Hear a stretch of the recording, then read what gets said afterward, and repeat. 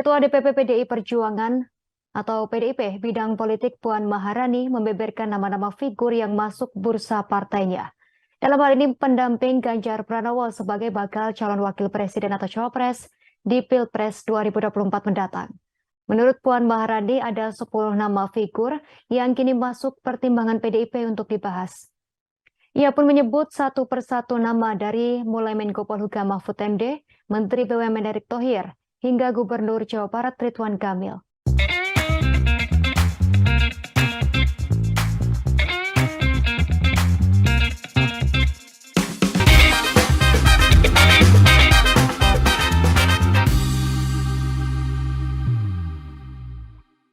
Salah satu calon presiden yang masih bebas dan tidak terikat oleh perjanjian koalisi hanyalah Ganjar Pranowo.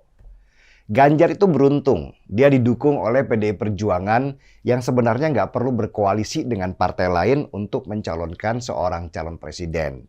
Karena suara dan kursi mereka di Senayan sudah memenuhi ambang batas untuk pencalonan. Beda dengan partai-partai lain yang mau tidak mau harus berkoalisi dan terikat dengan partai-partai yang lain. Dan sekarang di dalam mereka sedang dalam posisi tarik-menarik kepentingan. Misalnya Anies Baswedan yang bingung menentukan siapa calon wakil presidennya. Karena ada tarik-menarik dengan Demokrat yang masih ngotot saja menjadikan Agus Yudhoyono sebagai calon wakil presiden. Juga Prabowo yang lagi pusing 7 keliling karena Caimin ngambek nggak dikawin-kawin. Secara peta suara Anies dan Prabowo, mereka punya irisan yang sama di Jawa Barat. Mereka berdua kuat banget di sana. Anies karena ada PKS di sampingnya, sedangkan Prabowo karena Gerindra memang sudah kuat di sana. Kalau disurvei, sudah pasti nama Ganjar di Jawa Barat habis oleh dua nama itu. Karena Ganjar nggak begitu dikenal di sana. Karena itu, untuk merebut suara di Jawa Barat, Ganjar harus mencari calon wakil presiden yang kuat dan berakar di sana.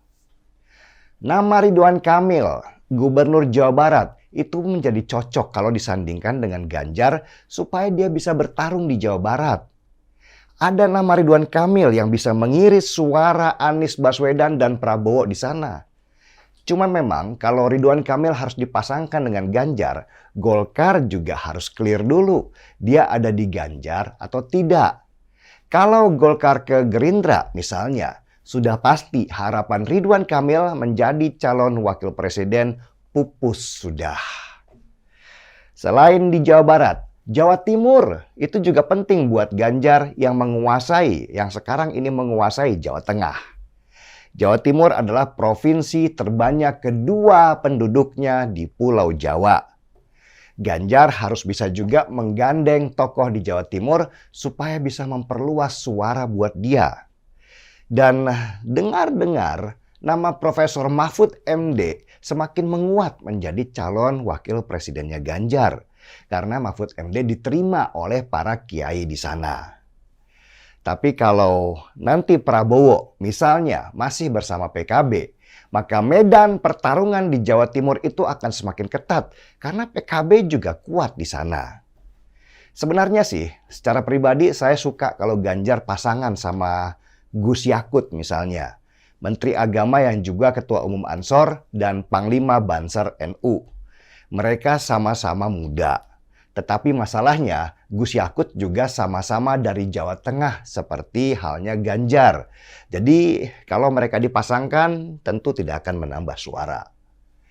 Tapi memang dengar-dengar dua nama itu, Mahfud MD dan Ridwan Kamil yang paling kuat untuk dijadikan calon wakil presiden Ganjar untuk merebut Jawa Timur dan juga Jawa Barat. Sedangkan nama Sandiaga Uno sudah pasti tersingkir karena dia sendiri tidak punya akar pemilih yang kuat di daerah di mana Ganjar butuh memperluas suara. Sandiaga Uno kalau disandingkan dengan Ganjar akan semakin memperlemah suara Ganjar Pranowo. PDI Perjuangan sampai sekarang belum memutuskan siapa nama calon wakil presiden Ganjar. Hitung-hitungan di mereka belum selesai karena tahun 2024 ini penting sekali nama calon wakil presiden itu punya potensi mendongkrak atau memperlemah suara calon presiden. Anies sendiri sedang berburu calon wakil presiden dari Jawa Timur, terutama yang wanita, untuk memperkuat suara dia yang sudah kuat di Jawa Barat.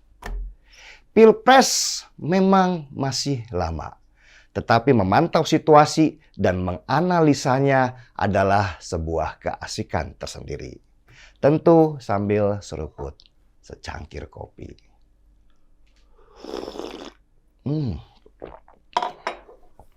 Markibong, mari kita bongkar semua. Saya Denny Siregar, kita di acara Timeline.